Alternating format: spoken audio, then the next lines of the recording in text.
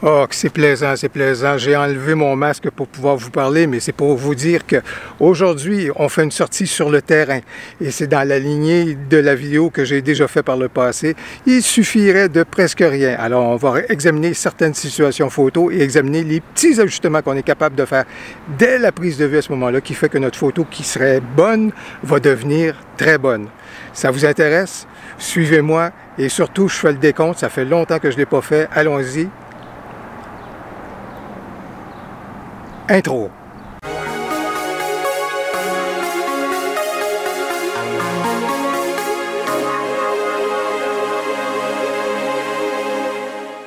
Bonjour, mon nom est Louis Lavoie, je suis l'auteur de la chaîne et du blog fairedelaBellePhoto.com, une chaîne qui s'applique à partager avec vous des trucs, des conseils, des astuces, de même que des découvertes afin que vous puissiez progresser dans votre cheminement photo. Si vous aimez des vidéos comme celle-ci, n'hésitez donc pas à cliquer sur j'aime, à vous abonner à ma chaîne et surtout n'hésitez pas à partager mes vidéos. J'ai déjà fait dans le passé une vidéo sur le même sujet, donc des situations sur le terrain, la façon de corriger le tout. Alors je vous dirais, vous allez retrouver le lien dans le haut à droite. Mais déjà ici, j'ai une première situation. J'aime bien, on va s'en aller sur une voie qui est réservée pour les cyclistes et les joggeurs et les piétons, bien sûr, mais c'est quelque chose où est-ce qu'il y a beaucoup d'art mural, il y a beaucoup de graffitis. C'est un endroit qui a beaucoup de personnalité et j'aime bien ça ici. Mais je vous dirais qu'on peut avoir le réflexe de photographier tout simplement ça ici comme ça, mais si on fait quelques pas et on se déplace un tout petit peu puis on modifie notre cadrage, à ce moment-là, ce qui est vraiment intéressant, c'est plutôt de se tourner justement non seulement vers cette affichette-là ici qui a beaucoup de personnalité, mais ça nous permet aussi d'en arriver et d'exposer justement l'entrée de cette voie-là qui est juste là. Alors, on peut être là et on attend justement le passage d'un cycliste, d'un piéton, d'un jogger, pouf, et voilà. Je pense que notre photo est beaucoup plus intéressante.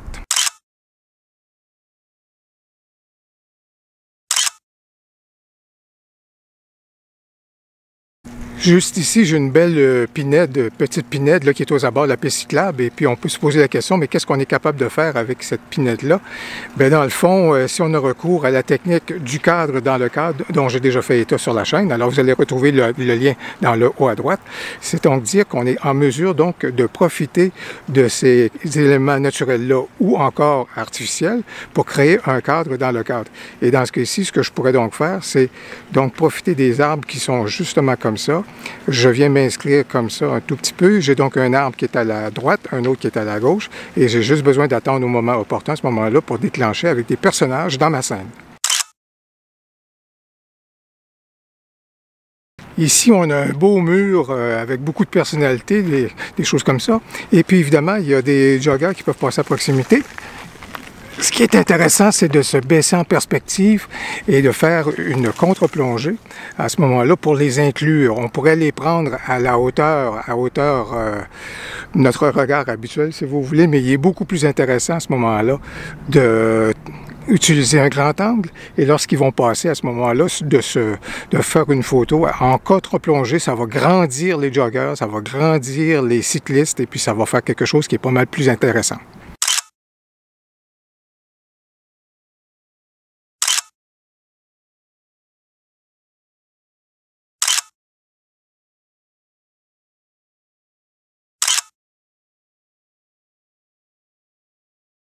Puisqu'on parle du cadre, dans du cadre, bien voici un autre bel exemple qu'on a jusqu'ici.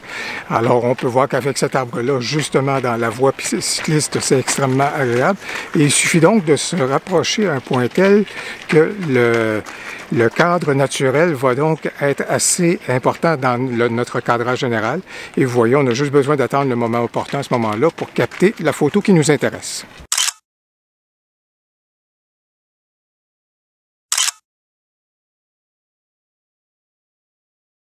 Ces parcs-ci, ces bancs-ci, c'est sympathique comme élément. On pourrait essayer de voir qu'est-ce qu'on est capable de faire avec cet élément-là, mais je vous dirais, la suggestion, c'est plutôt que de les prendre juste comme ça, comme élément, si vous voulez, au premier plan, avec des coureurs qui sont là. Pourquoi ne pas profiter de leur configuration un tout petit peu pour faire un cadrage qui est encore plus envahissant? Alors moi, je serais porté à venir justement mettre tout ça ici. Vous le voyez bien, encore un autre élément où est-ce que c'est le cadre dans le cadre. Et là, j'attendrai qu'un personnage soit au beau milieu de la scène, encadré là, justement par les deux bordures, et puis ça pourrait faire une photo qui est sympathique.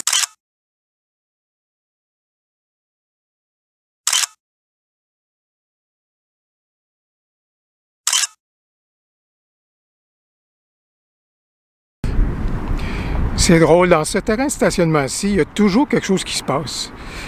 Et puis, c'est assez fascinant parce que au cours des dernières semaines, c'est sûr que c'est quelque chose qui a bien évoqué la distanciation sociale. Puis encore aujourd'hui, ben, c'est intéressant de capter des photos de personnes qui se retrouvent dans ce terrain de stationnement-là, vaste, inoccupé.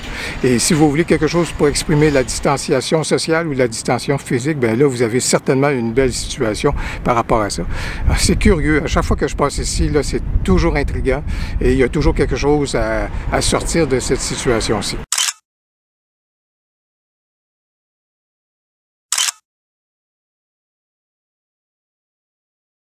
Par contre, strictement sur le point de vue graphique, il y a quand même quelque chose d'intéressant à faire parce que oui, c'est vaste, oui, ces lignes jaunes-là, graphiquement, c'est intéressant. Oui, la façade de l'édifice est intéressante.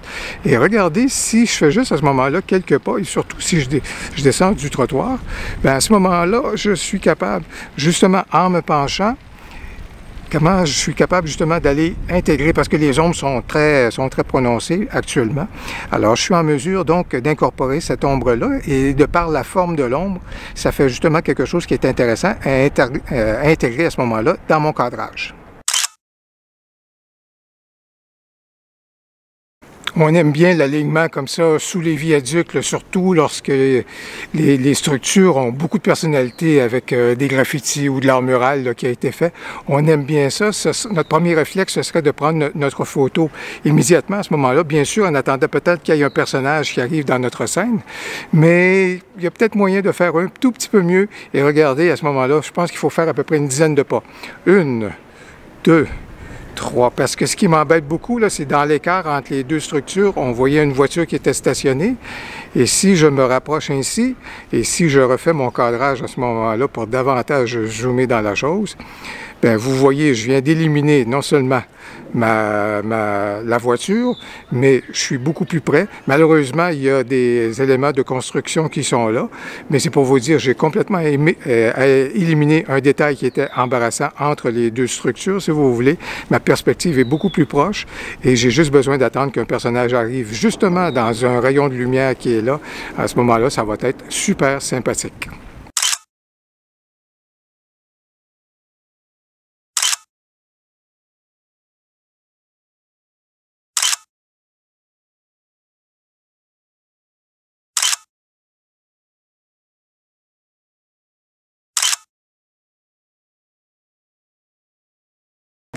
Ici, la scène est assez intéressante parce que j'ai une vue en contre-plongée vers le viaduc et c'est très intéressant quand il y a des gens qui marchent sur le viaduc, ça fait des personnages qui sont intéressants.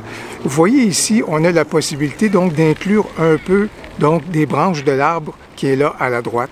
Je vous dirais l'autre hypothèse également, qui pourrait être assez judicieuse. Mon objectif n'est pas toujours le meilleur, mais c'est à ce moment-là d'aller chercher aussi les branches d'un autre arbre qui est de l'autre côté de la piste cyclable. Comme ça, vous avez donc encore là une espèce de cadre naturel qui vient se greffer donc à votre scène. La troisième hypothèse que vous pouvez avoir, donc déjà de faire juste avoir les branches d'un côté à droite, c'était correct. Je vous dirais d'inclure celles qui sont à gauche, c'est encore mieux à ce moment-là parce que ça fait une espèce d'équilibre dans votre photo. Ou encore, la troisième option, bien là, c'est carrément à ce moment-là d'éliminer le tout et de s'en aller vers des lignes qui sont un petit peu plus pures. Malheureusement, mon cadrage est peut-être, tiens, je vais le basculer comme ça, mais l'autre hypothèse est d'y aller donc vers une espèce de pureté de ligne, dans ce cas-ci, de ne rien inclure.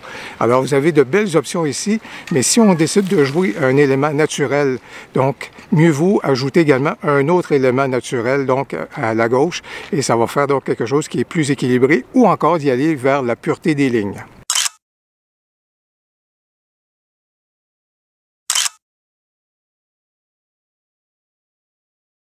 Un détail qui a son importance, c'est lorsqu'on choisit de basculer et de travailler avec un téléobjectif.